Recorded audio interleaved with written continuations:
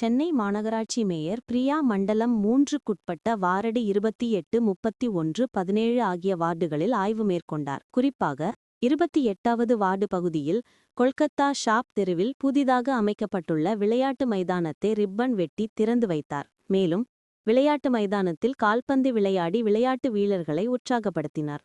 அதன் பின்பு 31வது வார்டுக்கு உட்பட்ட ரெட்டேரி உபரி நீர் கால்வாயை பார்வையிட்டார். அப்பொழுது 31வது வார்டு மாம் என்ற உறுப்பினர் சங்கீதா பாபு அவர்களிடம் ரெட்டேரி உபரிநீர் கால்வாய் பற்றி அவர் கலந்தாய்வு செய்தார். அதன் பின்பு செய்தியாளர்களை சந்தித்த சென்னை மாநகராட்சி மேயர், பெருநகர சென்னை மாநகராட்சியில் பல்வேறு வளர்ச்சி திட்டங்கள் மேற்கொள்ளப்பட்டு வருகிறது.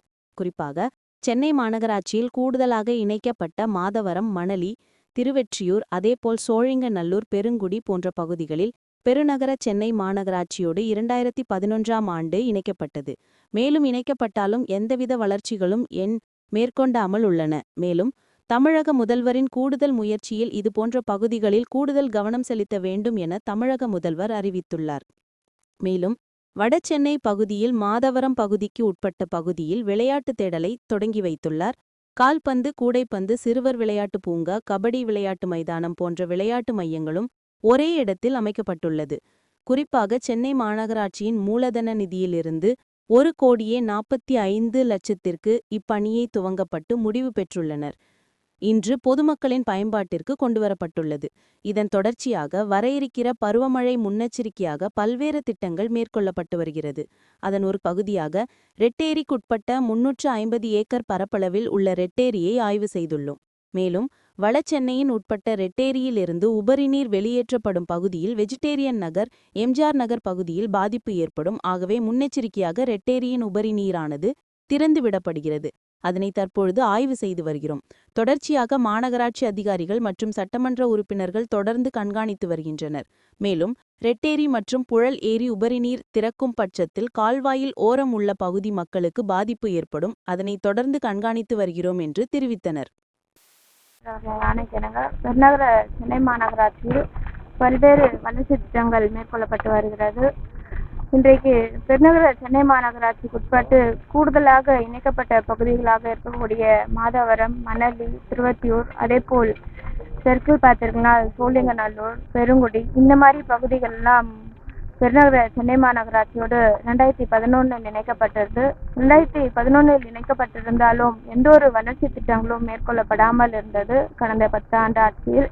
இன்றைக்கு மாண்புமிகு தமிழ்நாடு முதலமைச்சர் அவர்கள் முதலமைச்சராக பொறுப்பேற்றிலிருந்து தொடர்ந்து இந்த மாதிரி பகுதிகளுக்கு எல்லாம் கூடுதலாக கவனம் செலுத்த வேண்டும் என்று பெருநகர சென்னை மாநகராட்சிக்கு அறிவுறுத்தியிருந்தார்கள்.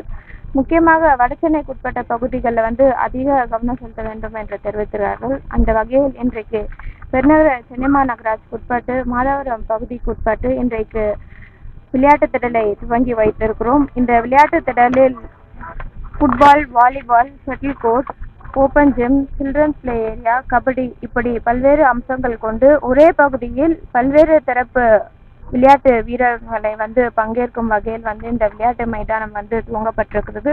இது பெருநகர சென்னை மாநகராட்சியின் மூலதன நிதியிலிருந்து 1,49,00,000க்கு இருக்கு. இப்பணி துவங்கப்பட்டு பணி சிறப்பாக முடிவுற்று இன்றைக்கு பொதுமக்களின் பயன்பாட்டிற்காக துவங்கி வைக்கப்பட்டிருக்கிறது. இதில் பெருநகர சென்னை மாநகராட்சியின் வட்டார துணை ஆணையர் ரவி சார் அவர்களும், அப்பகுதியின் சட்டமன்ற உறுப்பினர் அண்ணன் மாதவரம் சுதர்சன் அவர்களும், மண்டல குழு தலைவர் அவர்களும், மாமன்ற உறுப்பினர் அவர்களும் உடனிருந்து துவங்கி வைத்தோம். அதன் தொடர்ச்சியாக வர இருக்கும் பருவமழை முன்னிட்டு மாநகராட்சி சார்பாக பல்வேறு தரப்பிலே முன்னெச்சரிக்கை ஏற்பாடுகள் நடைபெற்று வருகிறது. அந்த வகையில் இன்றைக்கு ரெட்டேரிக்குட்பட்ட பகுதியில் கிட்டத்தட்ட 350 ஏக்கர் பரப்பளவு கொண்ட இந்த நீர்நிலை பகுதியினை ஆய்வினை மேற்கொண்டிருக்கும். தொடர்ந்து இந்த வடசென்னைக்குட்பட்டு இந்த ரெட்டேரி பகுதியில் இருக்கக்கூடிய இந்த தண்ணீர் வெளியேறும் பகுதினால இந்த வெஜிடேரி நகர், பாலாஜி நகர் இந்த மாதிரி பகுதிகள் எல்லாம் பாதிக்கப்படக்கூடிய சூழல் ஏற்படும். அதற்கு இன்றைக்கு முன்னெச்சரிக்கையாக இந்த பகுதியில் இருக்கக்கூடிய தண்ணீர்ல பொதுவாக வெளியேற்றுவார்கள் 120 கியூசெக் வழியாக திறந்து வைக்கப்பட்டு அது இப்பொழுது பரப்பளவில் வெளியேற்றக்கூடிய பணிகள் நடைபெற்று வருகிறது. தொடர்ந்து ஆர்டிசி அவர்கள் இதை ஒவ்வொரு நாளும் நேரடியாக ஆய்வு செய்து கண்காணித்து வருகிறார்கள்.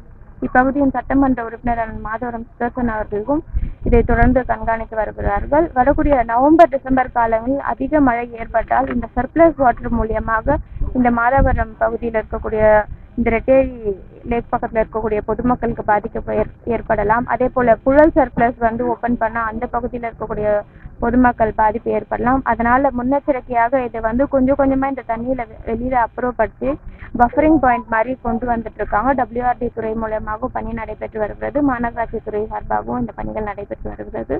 இதை வந்து இன்றைக்கு ஆய்வினை மேற்கொண்டிருக்கிறோம். செய்திகளை உடனுக்குடன் தெரிந்து கொள்ள லைக் பண்ணுங்க, ஷேர் பண்ணுங்க, சப்ஸ்கிரைப் பண்ணுங்க, மறக்காம கமெண்ட் பண்ணுங்க.